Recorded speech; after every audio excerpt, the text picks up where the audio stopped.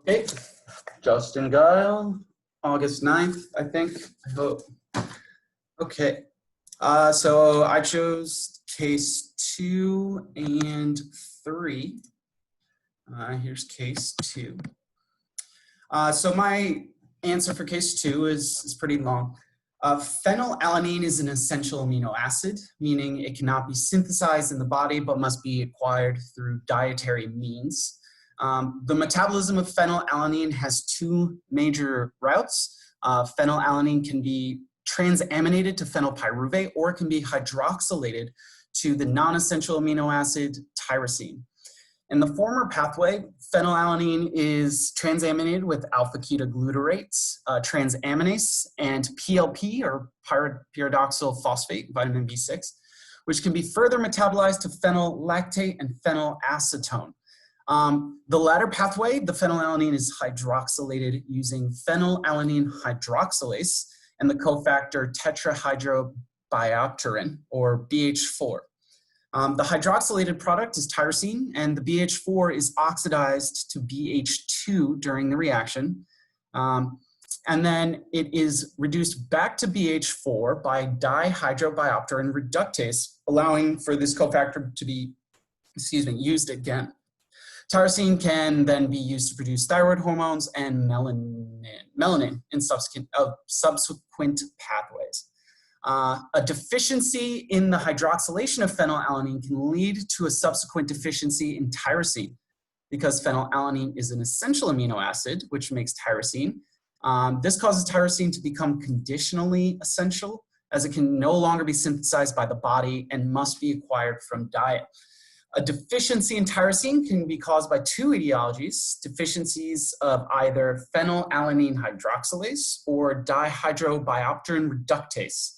Phenylalanine hydroxylase deficiency directly disrupts the production of tyrosine, while a deficiency in dihydrobiopterin reductase indirectly disrupts the pathway by causing a deficit of the cofactor.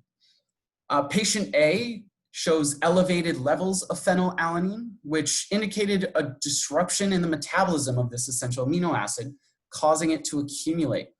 Like previously stated, this would lead to tyrosine being conditionally essential, and she must receive the tyrosine from her diet.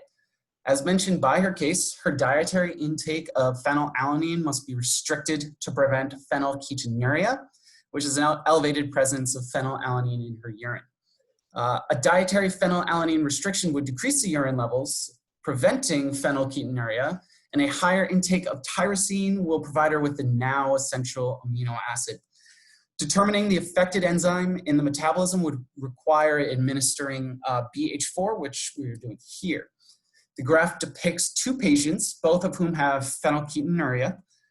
Patient A and B are administered BH4, and then the levels are recorded. Patient A, you can see, is a slight increase, while patient B has a dramatic decrease. So phenylalanine hydroxylase must be affected in patient A, since phenylalanine levels show no change with BH4 metabolism administration, meaning the deficiency is independent of the cofactor. Patient B, however, is returning to normal after administering BH4, and that's because there is a defect in the dihydrobiopterin reductase. So with BH4, it allowed metabolism of phenylalanine to go on as normal. So there must be defects in the BH2 reductase. So case three. The recycling of purine bases back to nucleotides by purine salvage is a really important process in nucleic acid metabolism. One metabolic fate of a purine is the formation of uric acid through purine degradation. This degradation begins with adenosine or guanosine, with adenosine being deaminated to inosine. Then inosine and guanosine are phosphorylated, with xanthine becoming the common intermediate. Xanthine is then oxidized to uric acid. Uric acid isn't very soluble, and it can accumulate in the joints in high concentrations, causing the clinical presentation of inflammation, joint pain, also known as gout. A way for the body to prevent uric acid accumulation is through purine salvage. So the adenine base is combined with phosphoribosyl pyrophosphate back to AMP by adenine phosphoribosyl transferase. And the guanine and hypoxanthines are combined with PRPP by hypoxanthine guanine phosphoribosyl transferase to IMP and GMP respectively.